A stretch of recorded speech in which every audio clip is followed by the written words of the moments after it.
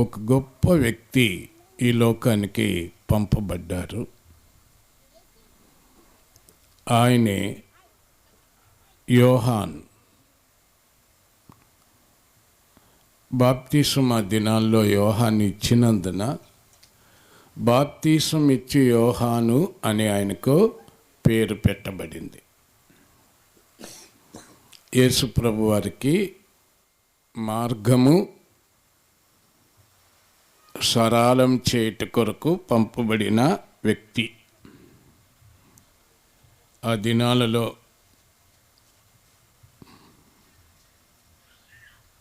ప్రభు మార్గము సిద్ధపరచుడి, ఆయన త్రోవలు సరళం చేయుడి, అరణ్యములో కేకలు వేయుచున్న ఒక నిశ్శబ్దం. Yohan the voice of the lord. అరణ్యంలో ఉండి ఆయన ఏం చేస్తున్నాడో కేకలు వేయుచున్నాడు. ఆయన మాట విని ఆ దినాల్లో చాలామంది తమ పాపములు ఒప్పుకొని యోర్దాను నదిలో బాప్తిస్మము పొందుకున్నారు.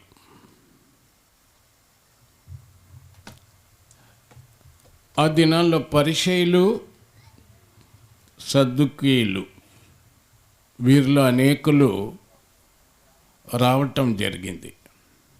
వీరు కూడా యోహాను యొద్దకు బాప్తిస్మం పొందడానికి రావటం మనం చూస్తున్నాం. అప్పుడు వారిని ఉద్దేశించి బాప్తిస్మం ఇచ్చి యోహాన్ పలికిన కొన్ని మాటలు. సర్ప సంతానమా, తెలుగులో సర్ప సంతానమా అనే ఒకే మాట ఉంటుంది. ఇతర భాషలో సర్పములారా, సర్ప సంతానమా,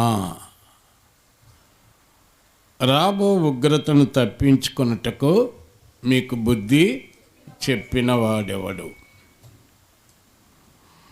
మారు మనసుకు తగిన ఫలము ఫలించుడి.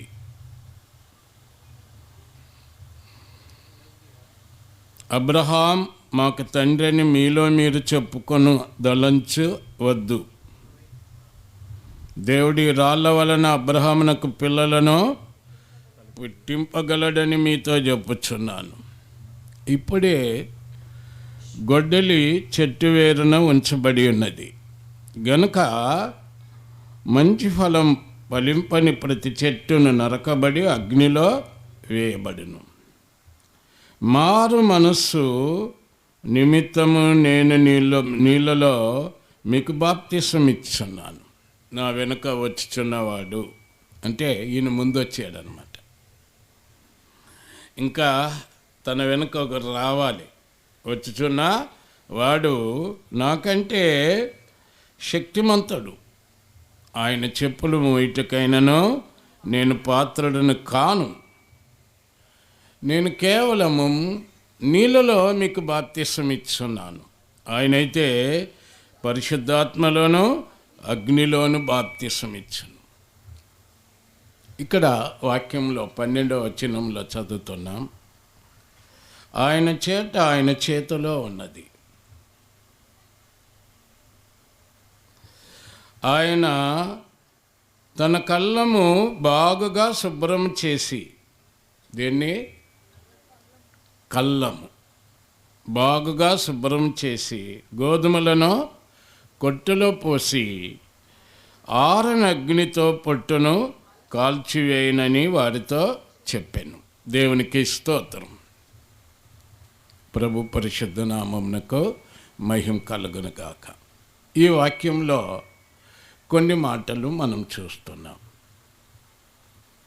యోహాను వెనుక వచ్చుచున్న ఓ వ్యక్తి, ఆయనే ప్రభు అయినటువంటి యేసుక్రీస్తు వారు. ఆయన పరిశుద్ధాత్మలో బాప్తిస్మం ఇస్తాడు, రెండవది అగ్నిలో బాప్తిస్మం ఇస్తాడు. ఆయన ముందుగా వచ్చిన యోహాను కంటే శక్తిమంతుడు. ఆయన చేతిలో ఏముందంట? ఏముంది?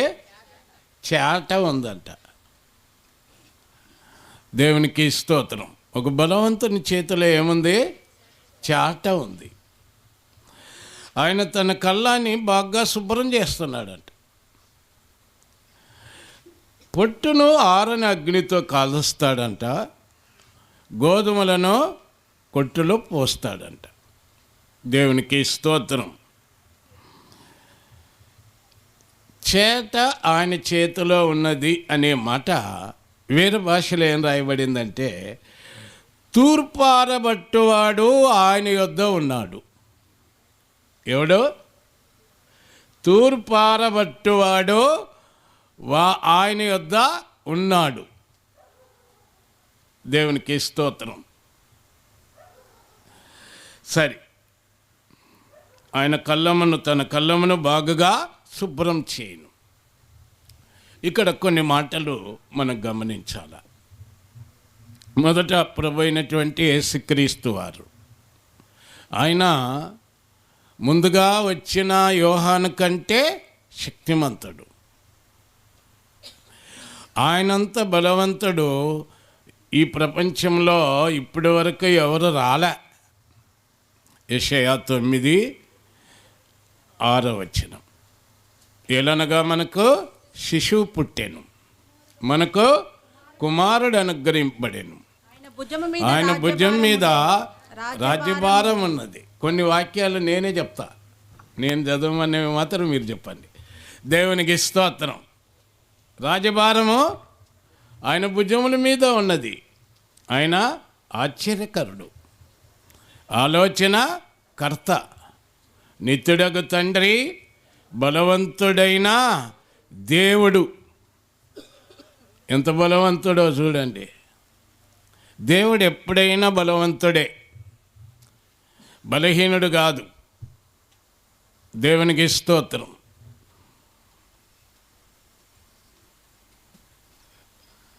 బలవంతుడైన దేవుడు. ఇలాంటి వ్యక్తి అంతకు మునుపు ఎవరు రాలేదు. ఈ రోజుల్లో కొన్ని కార్యాలు మనం చూస్తున్నాం. లోకంలో దేవుళ్ళు అని చెప్పబడే వరకు కూడా అర్థమైందా, వాళ్ళు కొన్నిసార్లు బలహీనంగా ఉన్నారు. దేవునికి మహిమ కలుగును గాక. కానీ యేసుప్రభు వారు బలవంతుడు. దేవునికి స్తోత్రం. దేవుడు అనే పదార్థానికి ఇంగ్లీష్లో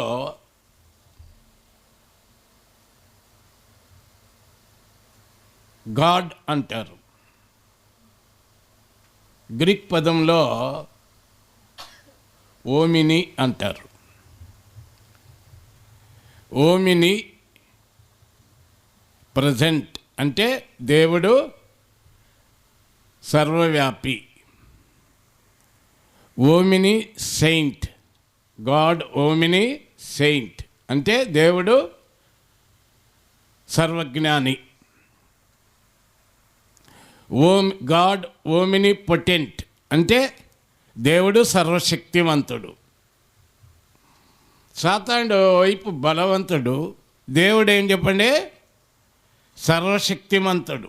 అందుకే యేసుప్రభు వారు ఒక మాట అంటాడు, బలవంతుడు తన ఆయుధాలు ధరించుకొని తన ఆవరణమును కాచుకొని ఎడల వాని సొత్తు భద్రంగా ఉండును. వీడు సైతాను గాడు, పిశాసి. తన ఆయుధాలు ధరించుకొని తన ఆభరణాన్ని ఏం చేస్తున్నాడో కాచుకుంటున్నాడు. అందుకు వాడు సొత్తు భద్రంగా ఉంది. చాలామంది ప్రభుని నమ్మంటే నమ్మరు, వాళ్ళు సైతాన్ సొత్తు.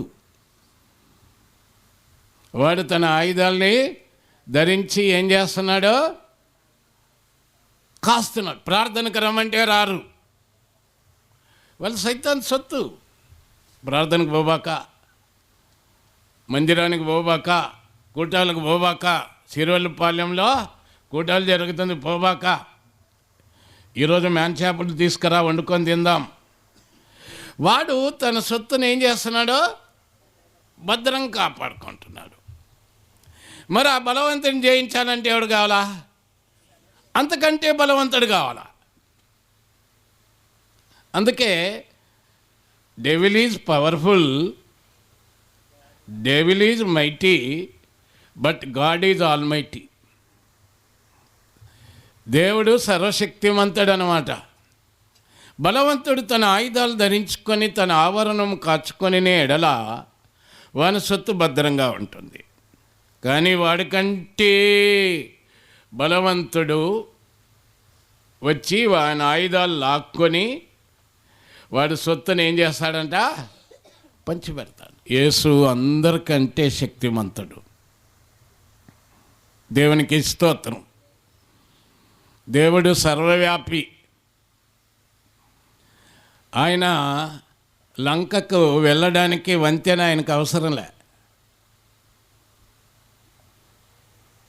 సర్వవ్యాపి. దేవునికి స్తోత్రం. శక్తిమంతుడు. ఎవరి సహాయం ఆయనకు అవసరం లేదు. ఆయనే ఇతరులకు సహాయం చేస్తాడు. అంత బలవంతుడు. ఈ బలవంతుని చేతిలో ఏముంది? చేట ఉంది. ఈ 7 రోజులు దేవుడు ఏం చేస్తాడు? ఏం చేస్తాడు చెప్పండి? తూర్పారబట్టబోతున్నాడు. నేను ఇంతకు ముందే చెప్పాను, తూర్పారబట్టువాడు ఆయన యొద్ద ఉన్నాడు. ఏం బట్టువాడు? తూర్పారబట్టువాడు ఆయన యొద్ద ఉన్నాడు. చేట ఆయన చేతిలో ఉందంటే దాని అర్థం ఏంటి? తూర్పారబట్టువాడు ఆయన యొద్ద ఉన్నాడు. దేవునికి స్తోత్రం. ఆయన తన కళ్ళమును బాగా శుభ్రం చేయును. ప్రియ దేవుని యొక్క బిడ్డలారా, ఈరోజు నిన్నటి దినం నుండి వచ్చే ఆదివారం వరకు 8 రోజులు ఇప్పటి వరకు సిరివెల్లపాలెంలో ఎవరు తూర్పారబట్టి ఉండరు. తూర్పారబట్టడానికి కొరకై దేవుడు ఏం చేసినాడో ఈ సభలు నిర్వహించాడు. ప్రయాసపడి భారం మోసుకొనిచున్న సమస్త జనులారా నా యొద్దకు రండి అంటున్నాడు. నేనే మీకు విశ్రాంతి ఇస్తాను. నా యొద్దకు రండి, నేను సాత్వికుడును దీన మనసు గలవాడును. నా యొద్దకు వచ్చి నా కాడి మీ మీద నెత్తుకొని నా యొద్ద నేర్చుకొనడి. నా కాడి సులువైనది, లఘువైనది, అప్పుడే మీ ప్రాణాలకి నెమ్మది ఉంటుంది. ఈ దినాలలో ఎంతోమంది వారి ప్రాణానికి నెమ్మది లేకుండా ఉన్నారు. వారి కుటుంబాల్లో నెమ్మది లేకుండా ఉన్నారు. వారి సంసారాల్లో నెమ్మది లేకుండా ఉన్నారు. వారి జీవన వ్యవస్థలో నెమ్మది లేకుండా ఉన్నారు. పలు విధములైన కలవరాలతో నిండి ఉన్నారు. అశాంతితో నిండి ఉన్నారు. మీకు నెమ్మది కావాలనంటే యేసుప్రభు దగ్గరికి రావాలి. ఆయన ఒక్కడే తూర్పారబట్టువాడు. తూర్పారబట్టు యంత్రం ఆయన యొద్ద ఉన్నది. ఆయన తన కళ్ళమును బాగుగా శుభ్రం చేస్తూ ఉన్నాడు. దేవునికి స్తోత్రం. ప్రియులారా, బైబిల్లో మనం చూస్తున్నాం తన కళ్ళము అని రాయబడింది. ఎవరి కళ్ళము? ఎవడో కళ్ళాన్ని ఆయన తూర్పారబట్టడు. తన కళ్ళాన్ని తానే తూర్పారబడతాడు. ప్రియ దేవుని బిడ్డలారా, కళ్ళము అంటే లోకము అని అర్థం. దేవునికి స్తోత్రం. కళ్ళము అంటే లోకం. లోకము దాని నివాసములో యెహోవావి. 24వ కీర్తన 1వ వచనం. లోకము దాని నివాసములో యెహోవావి. కాబట్టి ఈ లోకాన్ని ఆయన శుభ్రం చేయబోతున్నాడు. ఈ లోకంలో ఉన్న వాటిని ఆయన తూర్పారబట్టబోతున్నాడు. దేవునికి స్తోత్రం. తూర్పారబట్టు యంత్రం ఆయన యొద్ద ఉన్నది. తూర్పారబట్టు వాడు ఆయన యొద్ద ఉన్నాడు. దేవునికి స్తోత్రం. కొన్ని విషయాలు నేను మీకు తెలియజేయగోరుచున్నాను. యేసుప్రభు వారు యోహాను సువార్త 2వ అధ్యాయంలో మనం చూస్తున్నాం. ఆయన ఒకనాడు ఏం చేశాడంటే యెరూషలేములో ఉన్న దేవాలయం పోయాడు. ఆ దేవాలయం అంతా ఏముంది చెప్పండి? ఎడ్లున్నాయి, రెండవది గొర్రెలు ఉన్నాయి, మూడవది పావురములు ఉన్నాయి, నాలుగవది రూకలు మార్చే వారున్నారు. దేవునికి స్తోత్రం. ఈ నాలుగు విషయాలు దేవాలయంలో ఉన్నాయి. అదంతా కల్మిషమై ఉంది. అర్థమైందా? శుభ్రత లేదు దేవాలయంలో. చాలామంది దేవాలయంలో ఉంటారు కానీ శుభ్రం పెట్టుకోరు. దేవునికి స్తోత్రం. దేంతో నిండి ఉన్నాయి ఈ దేవాలయం? బైబిల్ ఏం చెప్తుంది? బైబిల్ ఏం చెప్తుంది? 1 కొరింథీ 3వ అధ్యాయం 16వ వచనం, మీరు దేవుని ఆలయమై ఉన్నారనియు దేవుని ఆత్మ మీలో నివసించున్నాడని మీరు ఎరగరా? దేవుని ఆలయము పరిశుద్ధమైనది, మీరు ఆలయమై ఉన్నారు. దేవాలయం ఎప్పుడు పరిశుద్ధంగా ఉండాలా? దేవాలయంలో ఉండవలసినవే ఉండాలా? కొంతమంది దేవాలయంలో లేనిపోని అర్థమైంది చెత్త చెదారాన్ని పెట్టుకొని ఉంటారు. దేవునికి స్తోత్రం. ఈ దేవాలయంలో ఏమున్నాయి?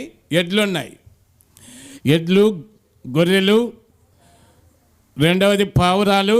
ఇవన్నీ ఎక్కడుంటాయి? ఇవన్నీ ఎక్కడుంటాయి చెప్పండి? ఎడ్లు ఎక్కడుంటాయి? గొర్రెలు ఎక్కడుంటాయి? పావురాలు ఎక్కడుంటాయి? రూకలు మార్చే వాళ్ళు ఎక్కడుంటారు? దేవునికి స్తోత్రం. మరి దీన్ని ఎవడు తూర్పారబడతాడు? దీ కళ్ళాన్ని ఎవడు శుభ్రం చేస్తాడు? దేవునికి స్తోత్రం.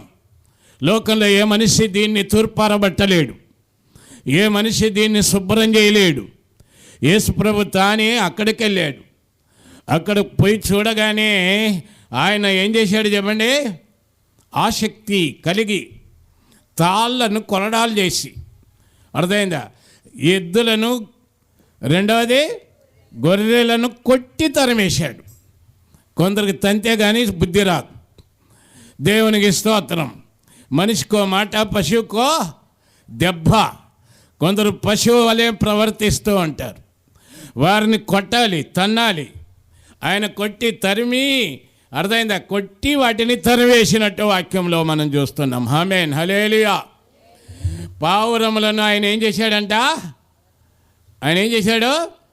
వెలగొట్టేశాడు. దేవునికి స్తోత్రం. రూకలు మార్చువారి యొక్క బల్లలను ఆయన ఏం చేశారు? పడగొట్టేశాడు. దేవునికి స్తోత్రం, హల్లెలూయా. ఆయన ఏమంటున్నాడు? నా మందిరము ప్రార్థనా మందిరం అనవడును, మీరైతే దాన్ని ఏం చేసి అన్నారో? దొంగల గుహగా మార్చి అన్నారు. అన్నీ అక్కడ ఆ మందిరాన్ని దేవుడు ఏం చేశాడో? శుభ్రపరిచాడు. దేవునికి స్తోత్రం. తూర్పారబట్టు యంత్రం ఆయన యొద్ద ఉన్నది, తూర్పారబట్టు వాడు ఆయన యొద్ద ఉన్నాడు. ఈరోజు ఈ 2026వ సంవత్సరం ఆగస్టు నెల, ఈ నెల చివరన తూర్పారబట్టు ప్రభు మన మధ్యలో నివాసం చేయించు ఉన్నాడు. ఆయన తన కళ్ళాన్ని శుభ్రం చేస్తూ ఉన్నాడు. ఈ భూలోకం అంతా ఆయనదే. దేవునికి స్తోత్రం. కొలస్సీ 1వ అధ్యాయం, యోహాను సువార్త 1వ అధ్యాయం 3వ వచనం, కలిగి ఉన్నదంతయు ఆయన లేకుండా కలగలేదు. ఈరోజు ఇక్కడ సిరవెలపాలెం అనే ఒక గ్రామం ఉంది. ఆయన ద్వారానే గ్రామం ఏర్పడింది. ఇక్కడ మనుషులు ఉన్నారు. ఆయన ద్వారానే ఇక్కడ ఈ మనుషులు ఏర్పరచబడ్డారు. కలిగినదంతయు ఆయన కొరకే కలిగింది, ఆయన ద్వారా కలిగింది, ఆయన మూలంగా కలిగింది. కలిగినదేది ఆయన లేకుండా కలగలే. దేవునికి స్తోత్రం. సిరవెలపాలెంలో ఉంటున్న గ్రామ వాస్తవులారా, ప్రియ నేస్తమా, స్నేహితుడా, సహోదరుడా, నీవు దేవుని ద్వారానే కలగజేయబడ్డావు. దేవుడు నిన్ను శుభ్రం చేయగోరుతున్నాడు. దేవుడు నిన్ను తూర్పారబట్టబోచు అన్నాడు. దేవుడు తూర్పారబట్టు యంత్రముగా మన మధ్యలో నివాసం చేయొచ్చు అన్నాడు. ఈ రాత్రి నీవు ఆయన మాట వినాలి. దేవునికి స్తోత్రం. ప్రభు నామమునకు మహిమ కలుగును గాక. ఈ కళ్ళంలో ముఖ్యంగా 2 పదార్థాలు మనం చూస్తున్నాం. మొదటిది గోధుమ అనే పదార్థం మనం చూస్తున్నాం. రెండవది పొట్టు అనే పదార్థాన్ని మనం చూస్తున్నాం. దేవునికి స్తోత్రం. ఆయన తన కళ్ళమును బాగా శుభ్రం చేసి గోధుమలను ఏం చేస్తున్నాడంట? కొట్టులో వేస్తున్నాడంట. పొట్టును ఏం చేస్తున్నాడంట? ఆరని అగ్ని చేత కాల్చివేస్తున్నాడంట. నన్ను వింటున్న సోదరుడా, సోదరి, ఈ సిరివెల్ల గ్రామ వాస్తవులారా, మీరు ఏమై ఉన్నారో ఒక్కసారి మీరు ఆలోచన చేసుకోనండి. దేవునికి స్తోత్రం. గోధుమలు అని ఇక్కడ ఓ మాట మనం చదువుతున్నాం. రెండవ మాట పొట్టు అని ఒక మాట చదువుతున్నాం. గోధుమలు అంటే ఏమిటి, పొట్టు అంటే ఏమిటి అనే భావన మనం తెలుసుకోవాలి. దేవునికి స్తోత్రం. గోధుమలే కానీ పొట్టే కానీ ఇది కేవలం మనుషులనే సూచిస్తోంది. ఆమేన్, హల్లెలూయా. దేన్ని సూచిస్తుంది చెప్పండి? మనుషులనే చూపిస్తుంది. దేవుని నామమునకు మహిమ కలుగును గాక. ప్రియులారా, మానవుల్లో కొందరు గోధుమలుగా ఉంటున్నారు, మానవుల్లో కొందరు పొట్టుగా ఉంటున్నారు. దీని గురించినటువంటి భావన మనం కలిగి ఉండాలి. అందరూ గోధుమలు గారు, అందరూ పొట్టు గారు. కొందరు గోధుమలు, మరికొందరు పొట్టు. దేవునికి స్తోత్రం. ఇప్పుడు బైబిల్లో గోధుమలు ఎవరు, పొట్టు ఎవరు అనే మాటలను మనం ధ్యానం చేద్దాం. దేవునికి స్తోత్రం. మొట్టమొదటిగా పొట్టు గురించి మనం చదువుదాం. మొదటి కీర్తన 4వ వచనంలో రాయబడింది. మొదటి నుండి మనం చదువుకుంటూ పోదాం. అక్కడ చెప్పబడిన మాట ఏంటంటే, దుష్టుల ఆలోచన చొప్పున నడవక, పాపుల మార్గమున నిలవక, అపాసకులు కూర్చుండు చోట కూర్చుండక, యెహోవా ధర్మశాస్త్రమునందు ఆనందించుచు దివారాత్రము దానిని ధ్యానించేవాడు ధన్యుడు. అతడు నీటి కాలువల ఓరన నాటబడిన వాడై ఆకు వాడక తన కాలమందు ఫలమిచ్చు చెట్టు వలె ఉండును. అయితే దుష్టుడు అలాగో ఉండక. చూసారా? దేవునికి స్తోత్రం. దుష్టుడు ఎలాగుండడు? అలాగుండక గాలికి చెదరగొట్టు పొట్టు వలె ఉండును. పొట్టు అంటే ఎవరు చెప్పండి? దుష్టులు, దుర్మార్గులు, అనీతిమంతులు, భక్తిహీనులు, పాపులు. దేవునికి స్తోత్రం, హల్లెలూయా. చూశారా? కాబట్టి ప్రియ దేవుని యొక్క బిడ్డలారా, ఈ పొట్టు అనేది మనుషులలో దుష్టులైన వారిని, దుర్మార్గులైన వారిని, పాపులైన వారిని, పనికిరాని వారిని సూచిస్తోంది. దేవునికి స్తోత్రం, హల్లెలూయా. అందరు మనుషులు పనికొస్తారా? మనుషులందరూ నీతిమంతులేనా? బైబిల్ ఏం చెప్తుంది? రోమపత్రిక 3వ అధ్యాయం 10వ వచనం, నీతిమంతుడు లేడు, ఒక్కడును లేడు, దేవుణ్ణి వెతుకువాడు ఎవడునూ లేడు, ఏ భేదం లేదు, అందరూ పాపం చేసి ఏకముగా త్రోవ తప్పి పనికి మాలిన వారైది. ఎవరైనా నీతిమంతులు ఉన్నారా? దుష్టులే, దుర్మార్గులే, పాపులే. మనుషులందరూ పాపులే, మనుషులందరూ దుర్మార్గులే, మనుషులందరూ భక్తిహీనులే, మనుషులందరూ దేవునికి స్తోత్రం. దేవుడు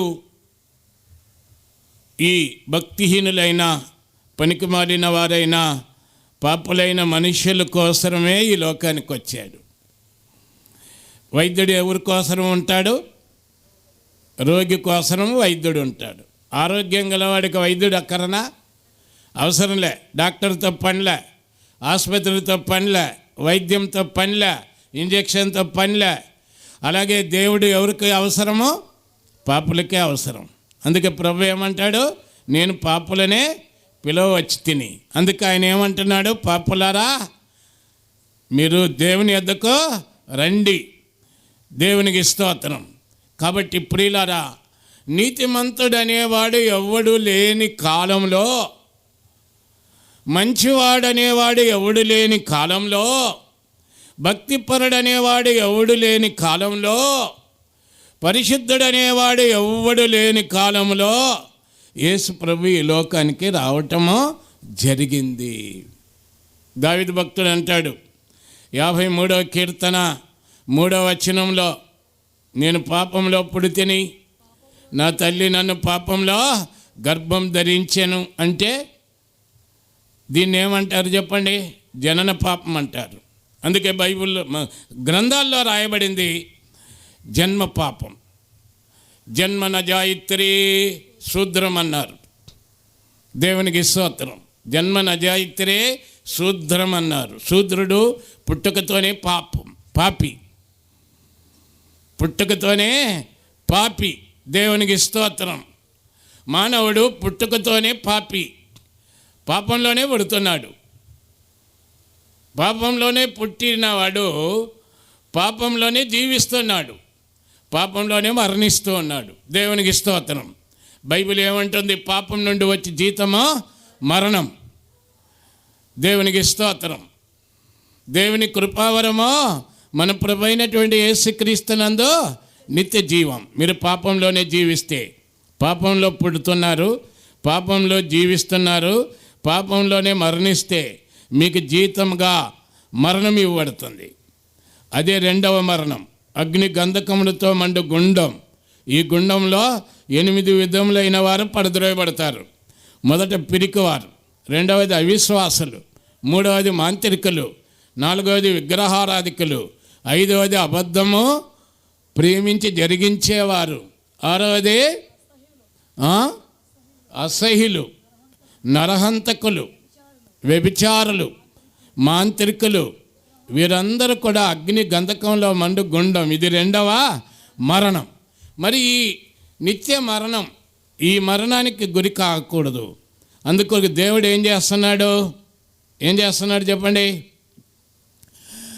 ఈ కళ్ళాన్ని శుభ్రం చేస్తున్నాడు. గోధుమలు వేరుపరుస్తున్నాడు, పొట్టును వేరుపరుస్తూ ఉన్నాడు. దేవునికి స్తోత్రం. గోధుమలు అంటే దేవుని కుమారులు. దేవునికి స్తోత్రం. పొట్టు అంటే భక్తిహీనులు, పాపులు, దుర్మార్గులు, పనికిరాని వారు. దేవునికి స్తోత్రం.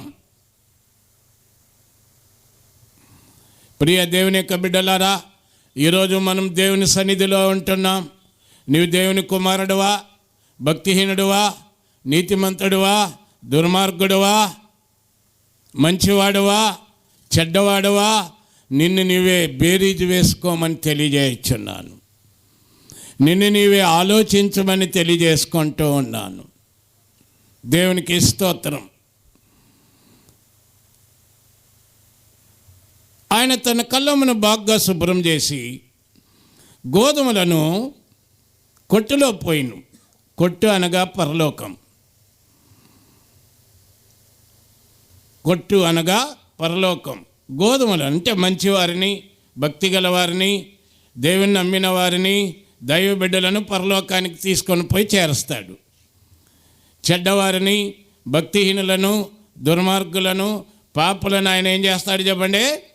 అగ్ని చేత కాల్చి చంపేస్తాడు. మీరు ఏమవుతారు? పరలోకానికి పోతారా? నరకానికి పోతారా? నరకానికి పోవాలంటే మీరు తాగండి, తిరగండి, దొంగలించండి, వ్యభిచరించండి. నరకానికి పోవాలంటే మీరు దేవుని ఎద్దుకు రాకుండా ఉండండి, ఇలాంటి కూటాలకు రాకుండా ఉండండి, యేసును అంగీకరించకుండా ఉండండి. మోక్షానికి పోవాలంటే మీరు యేసు ప్రభు దగ్గరికి రావాలా, యేసుని నమ్మాలి, యేసుని దేవునిగా స్వీకరించాలి. ప్రభు అంటాడు, నేనే మార్గం, నేనే సత్యం, నేనే జీవం. చూశారా? నా ద్వారా తప్ప ఎవడో పరలోకమునందున్న నా తండ్రి వద్దకు రాడు. ఎవరికైనా ఉందా పరలోకానికి పోయే భాగ్యం?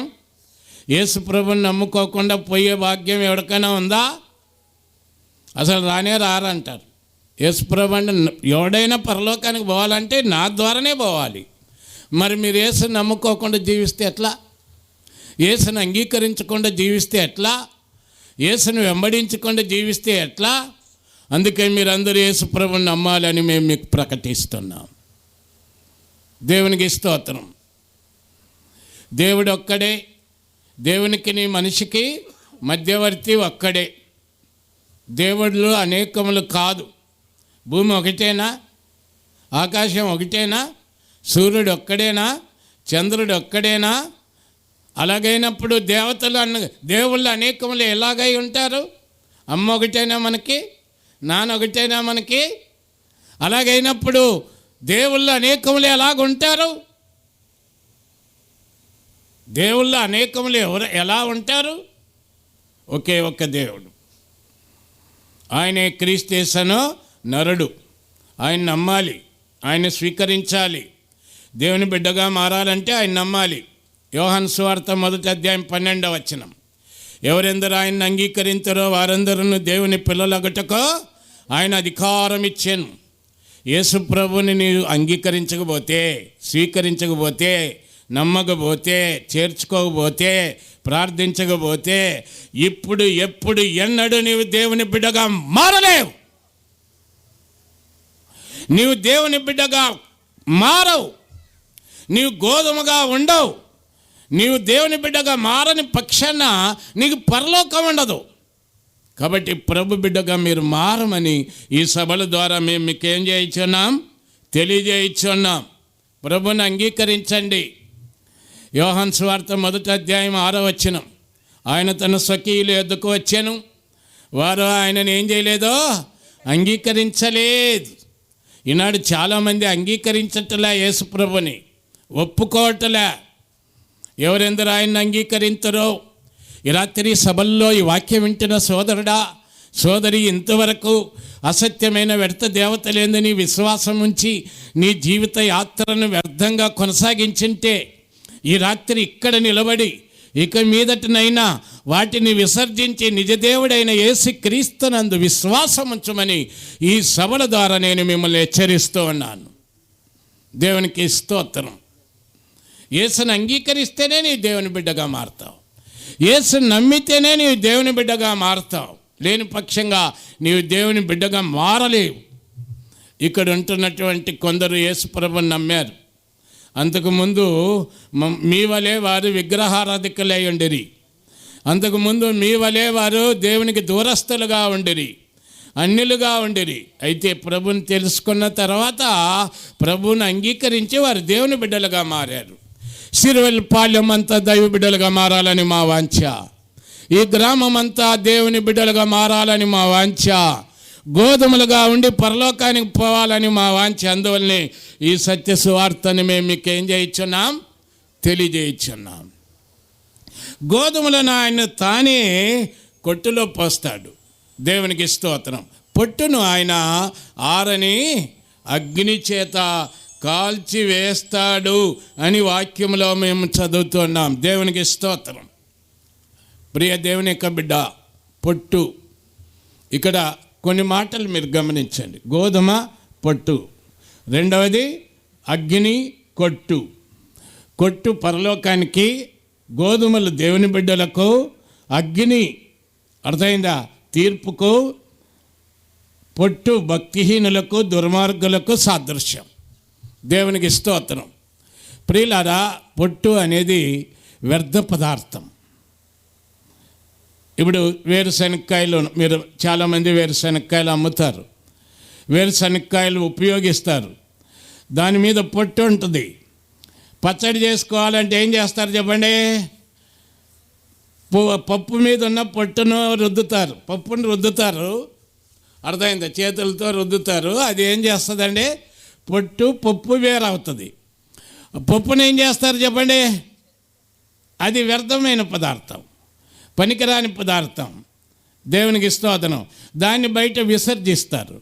పప్పును మాత్రం మీరు ఏం చేస్తారు? పచ్చడి చేసుకుంటారు, ఆహారంగా భుజిస్తారు. దేవునికి స్తోత్రం. ప్రియ దేవుని యొక్క బిడ్డలారా, నేడు మనం దేవుని సన్నిధిలో మనం ఉంటున్నాం. పొట్టు అనేది దేవుని నమ్మని ఒక వ్యక్తి వ్యర్థమైనటువంటి పదార్థంగానే మిగిలిపోతాడు. దేవునికి స్తోత్రం.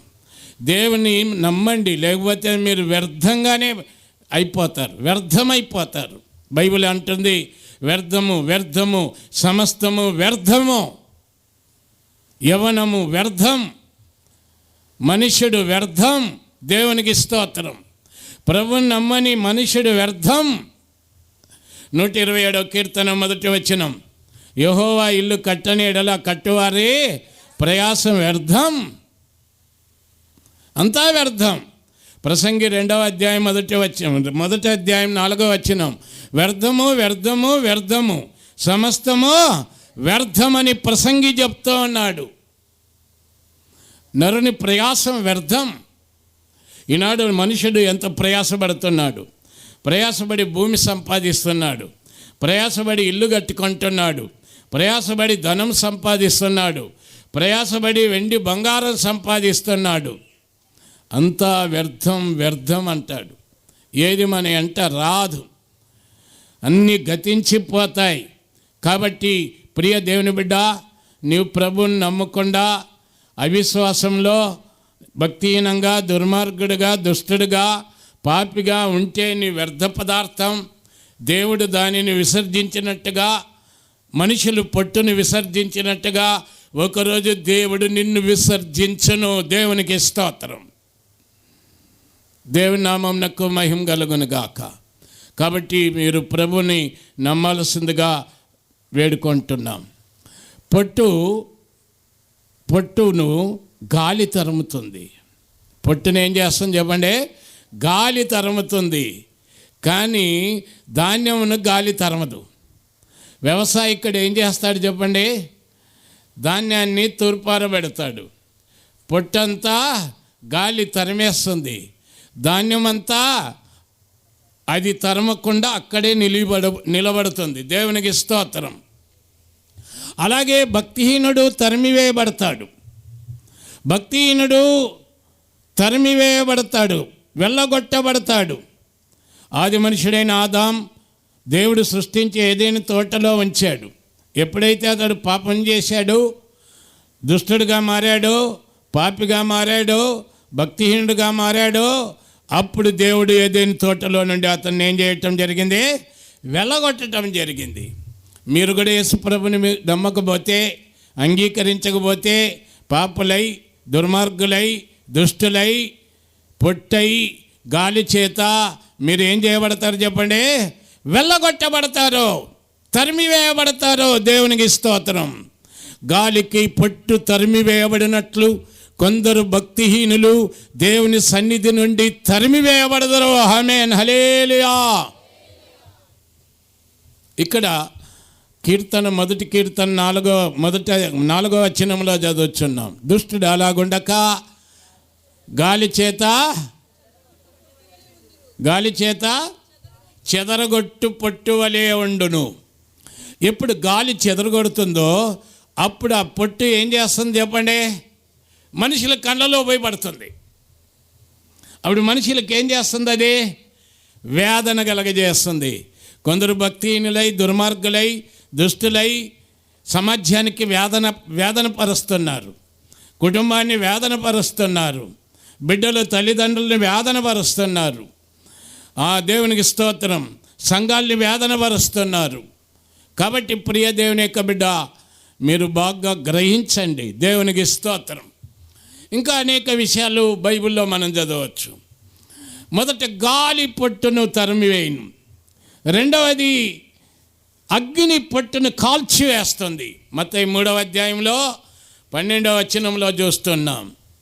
ఒకటి, నీవు దుష్టుడుగా, దుర్మార్గుడుగా, పాపిగా ఉంటే గాలి పొట్టును తరిమినట్లుగా కొన్ని శోధనలు, కొన్ని సంఘటనలు, కొన్ని ప్రమాదాలు నిన్ను తరిమివేస్తాయి, నిన్ను వెళ్ళగొడతాయి. దేవునికి స్తోత్రం, హల్లెలూయా. రెండవది వాక్యంలో మనం చూస్తాం. మత్తయి సువార్త 3వ అధ్యాయంలో చదువుతున్నాం. అగ్ని పొట్టును ఏం చేస్తుందంట? కాల్చివేస్తుంది. ఏ అగ్నిది? ఆరని అగ్ని. దేవునికి స్తోత్రం. ఆరని అగ్ని. అగ్ని ఎప్పుడు ఆరదు, కానీ పొట్టు అయితే ఏమవుతుంది చెప్పండి? కొంతసేపు కాలి ఆరిపోతుంది, పొట్టు కాల్చివేయబడుతుంది. అలాగే ప్రియ దేవుని యొక్క బిడ్డలారా, అగ్ని లాంటి కార్యాలు భక్తిహీనులను కాల్చివేస్తాయి. దేవునికి స్తోత్రం. భక్తిహీనులను, దుష్టులను, దుర్మార్గులను కాల్చివేస్తాయి. ఒకటి, దుష్టుడుగా దుర్మార్గుడుగా ఉంటే ఓవైపు గాలి నిన్ను వెళ్ళగొడుతుంటుంది, మరోవైపు అగ్ని నిన్ను కాల్చివేస్తూ ఉంటుంది. మూడవది కీర్తన 35:5 వచనంలో, అది చదవండి. కీర్తన 35:5 వచనం. యెహోవా దూత వారిని పారదోలును గాక, వారు గాలికి కొట్టుకొని పోవు పొట్టువలె నుందురు గాక. యెహోవా దూత వారిని తరుమును గాక. దేవదూతలు తరిమేస్తారంట. పొట్టును ఎవరు తరిమేస్తారో? దేవదూతలు తరిమేస్తారంట. దేవునికి స్తోత్రం. హల్లెలూయా. ప్రభు పరిశుద్ధ నామమునకు మహిమ కలుగును గాక. కీర్తన 35:5 వచనంలో చూస్తున్నాం. మీరు దుష్టులుగా దుర్మార్గులుగా ఉంటే, అర్థమైందా, దేవదూతలు ఏం చేస్తారు చెప్పండి? తరిమేస్తారు. ఆయన సన్నిధి ఉన్న దూత వారిని ఏం చేస్తుందంట? తరిమివేయని. ఎలా తరిమేస్తుందంట? పొట్టును, గాలి పొట్టును తరిమివేసినట్టుగా దూతలు వారిని ఏం చేస్తారో తరిమివేయుదురు. కాబట్టి ప్రియ దేవుని యొక్క బిడ్డలారా, ఒకటి గాలి తరిమేస్తుంది, రెండవది అగ్ని ఏం చేస్తుంది? కాల్చేస్తుంది, మూడవది దేవదూతలు సహితము, అర్థమైందా, వదిలిపెట్టరు. వారిని ఏం చేస్తారంట? తరిమేస్తారు. కాబట్టి ఈరోజు మీరు దేవుని సన్నిధానంలో ఉంటున్నారు. మీలో ఎవరు పాపులుగా మిగిలిపోకండి, దుర్మార్గులుగా దుష్టులుగా ఉండిపోకండి. దేవునికి స్తోత్రం. మీరందరూ యేసుప్రభుని నమ్మండి, యేసుప్రభు బిడ్డలుగా మారండి. దేవునికి స్తోత్రం. హల్లెలూయా. ప్రభు పరిశుద్ధ నామమునకు మహిమ కలుగును గాక. యెషయా గ్రంథంలో 5వ అధ్యాయం 24వ వచనంలో మరొక మాట మనం చూస్తున్నాం. చదవండి. యెషయా 5వ అధ్యాయం 24వ వచనం. సైన్యములకు అధిపతియగు యెహోవా యొక్క ధర్మశాస్త్రం నిర్లక్ష్య పెట్టుదురు, ఇశ్రాయేలు యొక్క పరిశుద్ధ దేవుని వాక్కును తృణీకరించుదురు. కాబట్టి అగ్ని జ్వాల కొయ్యకాలను కాల్చివేయినట్లు, ఎండిన గడ్డి మంటల్లో భస్మమగునట్లు వారు వేరు కుళ్ళిపోవును, వారి పువ్వు ధూళి వలె పైకి ఎగిరిపోవును. దేవునికి స్తోత్రం. సైన్యములకు అధిపతియగు యెహోవా యొక్క ధర్మశాస్త్రం నిర్లక్ష్య పెట్టిన వారు, అర్థమైందా, ఇజ్రాయేలు యొక్క పరిశుద్ధ దేవుని వాక్కును తృణీకరించిన వారు. ఈరోజు సిరివెల్లపాలెం గ్రామంలో దేవుని వాక్యాలు చెప్తున్నాం, దేవుని గురించి చెప్తున్నాం, ఆయన ధర్మశాస్త్రం గురించి బోధిస్తున్నాం. మీరు దీన్ని విని మారు మనసు పొందితే కానీ, లేని పక్షంగా మీరు ఏమవుతారని వాక్యంలో రాయబడింది? అగ్ని జ్వాల పొట్టును కాల్చినట్టుగా కాల్చివేయబడతారు మీరు. రెండవది, ఎండిన గడ్డి మంటలో భస్మమగునట్లుగా భస్మమగుదురు. ఇదే రక్షణ దినం, ఇదే అనుగ్రహ కాలం. బూదిగంత నివాసులారా, నా వైపు చూచి రక్షణ పొందుడు అంటున్నాడు. కేవలం సిరివెల్లపాలెం గ్రామం మాత్రం కాదు, లేక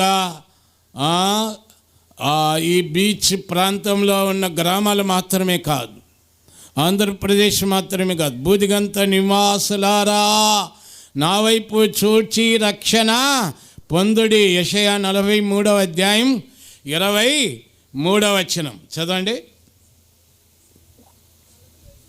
45-23 వచనం. బూదిగంత నివాసులారా, నా వైపు చూచి రక్షణ పొందుడి. నా వైపు చూడండి, అటు ఇటు చూడబాకండి, భూమిని చూడబాకండి. వారు భూమిని తట్టు చూతురు, వారికి అంధకారం కమ్మును. భూమిని తట్టు చూస్తే అంధకారం కమ్ముతుంది, గాఢ అంధకారం కమ్ముతుంది. భూమిలో ఏమి లేదు. ఆకాశం వైపును చూడనక్కర్లేదు, నా వైపు చూడండి. ఏమంటాడు? నా వైపు చూడండి. నేనే దేవుడను, నేనే రక్షకుడను, నేను మొదటివాడను కడపటివాడను, అల్ఫాయు ఓమేగాను, నేను తప్ప వేరొక దేవుడు లేడు. యేసే దేవుడు, యేసే రక్షకుడు. యేసు వైపు చూడండి, యేసుని నమ్ముకొనండి. యేసు అంత మంచి దేవుడెక్కడ ఉన్నాడు? యేసునే నేను నమ్ముకొందును. యేసు అంత మంచి దేవుడెక్కడ ఉన్నాడు? యేసునే నేను నమ్ముకొందును.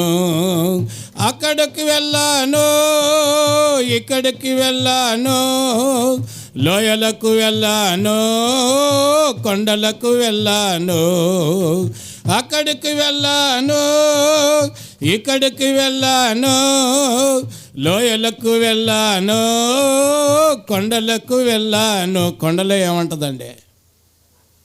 గుంతల్లో ఏముంటుందండి? అక్కడేముంది, ఇక్కడేముంది? అక్కడిక్కడ తిరుగుతున్నారు. దేవునికి స్తోత్రం. యేసే మంచి దేవుడు. యేసు అంత మంచి దేవుడు లోకంలో తప్ప వేరే ఎవరు లేరు. యేసు ప్రభువుని నమ్మండి అని మేము మీకు తెలియజేయుచున్నాం. విశ్వసించేవాడు కలవరపడడు. ఎవడైతే యేసు ప్రభువుని నమ్ముతాడో వాడికి కలవరం ఉండదు. దేవుడు లోకమును ఎంతో ప్రేమించెను కాగా తన అద్వితీయ కుమారుని యందు విశ్వాసముంచు ప్రతివాడు నశింపక నిత్య జీవము పొందును. దేవునికి స్తోత్రం. యెషయా 33వ అధ్యాయం 13వ వచనం చదువుదాం. యెషయా 33వ అధ్యాయం 13వ వచనం. అక్కడో మాట రాయబడింది, దూరస్తులారా ఆలకించుడి, నేను చేసిన దాన్ని చూడుడి, సమీపస్తులారా నా పరాక్రమం. యెషయా 33 11, 12, 13 వచనాలు. మీరు పొట్టును గర్భము ధరించి కొయ్యకాలును కందురు, మీ ఊపిరియే అగ్ని అయినట్లు మిమ్మును దహించి వేయుచున్నది.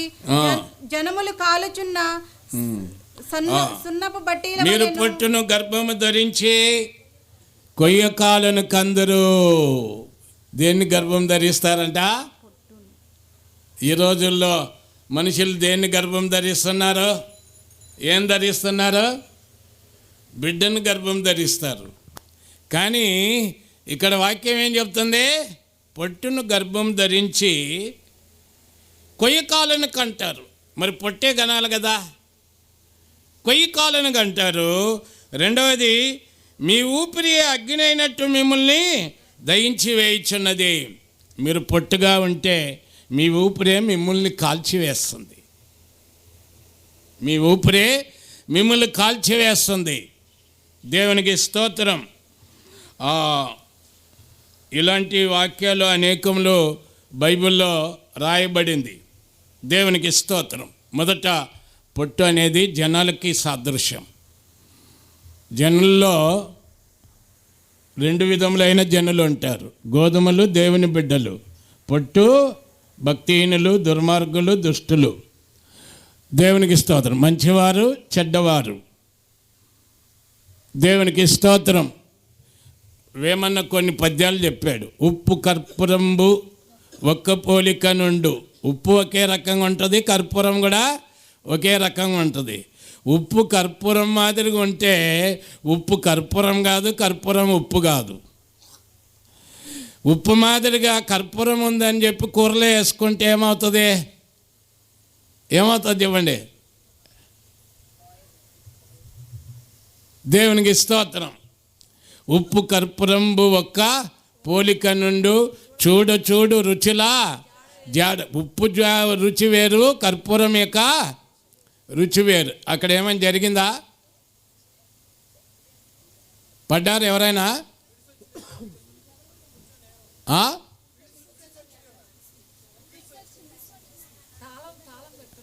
తాళం రైట్. లేదు, నేను ప్రార్థన చేస్తాను. ఫిట్స్ గల ఆయనకే మీరు వదిలిపెట్టేయండి. తాళం వద్దు, ఏమొద్దు. ఎవరి సన్నిధిని ఇక్కడ ఉండి ప్రార్థిస్తున్నానో ఆ జీవం గల యేసు నామమందు ఫిట్స్ దయమా బిడ్డలో నుండి వెళ్ళిపో.